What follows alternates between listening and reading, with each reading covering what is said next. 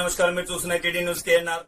July 26, 2025 రోజున తెలంగాణ రాష్ట్ర మంత్రివర్యులు పొన్నం ప్రభాకర్ గారు కరీంనగర్ శాతవాహన యూనివర్సిటీలో పరిపాలనా విభాగం మొదటి అంతస్తుకు శంకుస్థాపన చేశారు. అనంతరం యూనివర్సిటీలో అంతర్గత నీటి సరఫరా పైప్ లైన్ శంకుస్థాపన అండ్ రెనోవేషన్ చేసిన ఆడిటోరియం ను మంత్రివర్యులు పొన్నం ప్రభాకర్ గారు ప్రారంభించారు. ఈ కార్యక్రమంలో వీరితో పాటుగా ఎమ్మెల్యే మేడిపల్లి సత్యం గారు, కరీంనగర్ జిల్లా కలెక్టర్ ఫర్మేలా సత్పతి గారు, అడిషనల్ కలెక్టర్ అశ్విని తానాజీ గారు, కరీంనగర్ కార్పొరేషన్ కమిషనర్ ప్రఫుల్ దేశాయ్ గారు, శాతవాహన యూనివర్సిటీ వీసీ ఉమేష్ కుమార్ గారు, ఇతర ముఖ్య నేతలు, మహిళా నాయకురాలు, కార్యకర్తలు పాల్గొన్నారు.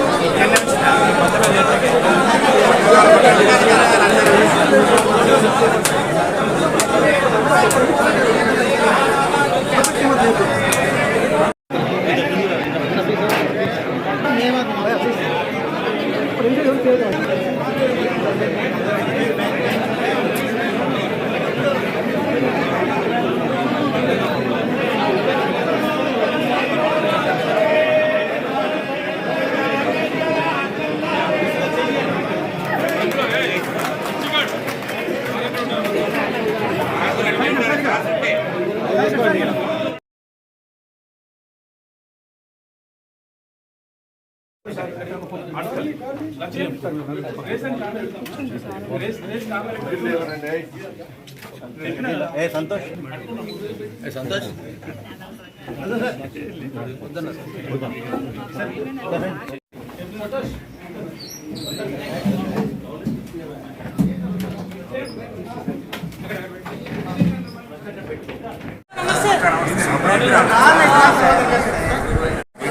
మళ్ళీ దొబ్బకుండా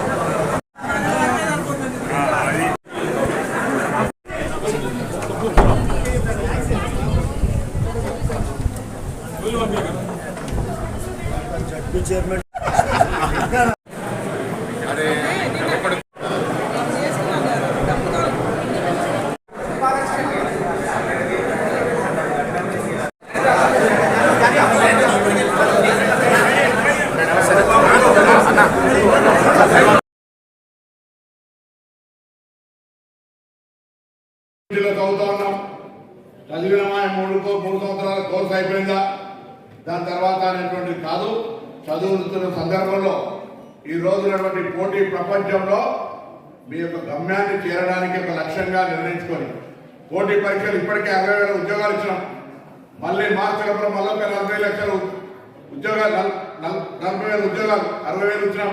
ఇంకొక 40,000 ఉద్యోగాలు ఇవ్వడానికి ప్రణాళిక జరుగుతూ ఉంది. అందులో మీరంతా ఉద్యోగస్తులు కావాలని ఆకాంక్షిస్తా ఉన్నాం. వాటినే అనుకుంటే మాత్రం కాదు, ఇలా ఎంతో శ్రమ పడాల్సిన అవసరం ఉంది.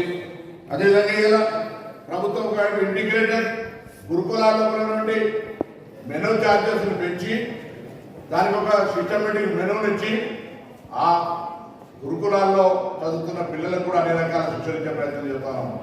ఇంటిగ్రేటెడ్ హాస్టల్స్ కడతా ఉన్నాం. అంటే విద్యకు ఎంత ప్రాధాన్యత ఇస్తున్నామో దాన్ని బట్టి మీరు అర్థం చేసుకొని ఆ అవకాశాలు వినియోగించుకోవాలని సందర్భంగా నేను కోరుతా ఉన్నాను. తప్పకుండా ఈరోజు ఇది శాతవాహనులు పరిపాలించినటువంటి ప్రాంత గడ్డ. వైస్ ఛాన్సలర్లు ఇప్పటికే సినెట్లో శాతవాహనుని ఒక విగ్రహాన్ని పెట్టడానికి నిర్ణయం తీసుకొని దానికి సంబంధించిన కార్యక్రమం కొనసాగిస్తా ఉన్నాం. త్వరలోనే వీలైనంత త్వరలో ఆ విగ్రహాన్ని ఆవిష్కరించుకొని ప్రజలందరూ వేడుకగా ఉండే విధంగా శాతవాహన ఉత్సవాలను కూడా కరీంనగర్ జరుపుకొని మన సాంప్రదాయాన్ని మనం ఏ వృత్తులు పెరిగామో మనం వాటన్నింటినీ కూడా మనం ప్రచారం చేసుకోవాల్సిన అవసరం ఉందనే మానవుడి సందర్భంగా మనం చెప్తాము. తప్పకుండా ఇంకా అనేకమైనటువంటి అంశాలు ఉన్నాయి. తో పాటుగా మరి భవిష్యత్తులో ఈ యూనివర్సిటీకి అనేక కోర్సులు తీసుకొచ్చే బాధ్యత నేను చెప్పినట్టుగా ఈ జిల్లా నుంచి ప్రాతినిధ్యం వహించిన 3 మంత్రులు మాది బాధ్యత. అందులో డిస్ట్రిక్ట్ హెడ్ క్వార్టర్ బిడ్డగా తప్పకుండా నేను ముందు వర్గంలో ఉండి నా గౌరవ సహచార శాసనసభ్యులు అందరం కలిసి ఇది యూనివర్సిటీకి జ్యురిడిక్షన్ ఏం లేదు, అందరు ఈ జిల్లా యూనివర్సిటీ. నేను ఇంతకు చెప్పినట్టుగా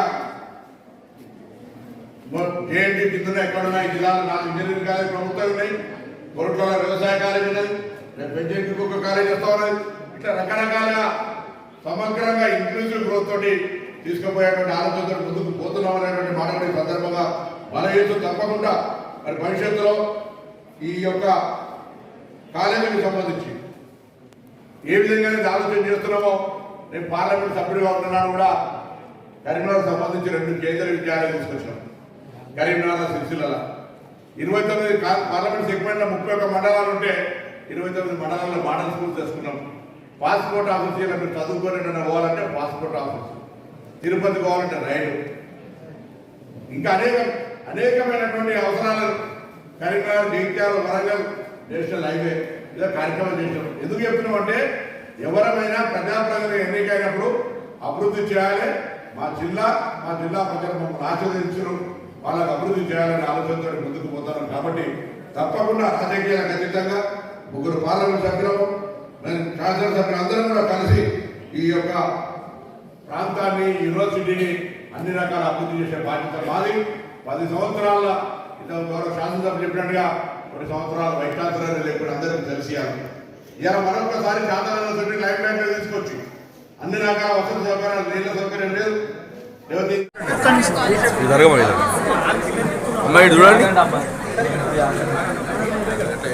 ఫోటో తీసుకుంటాడు ఐడియా.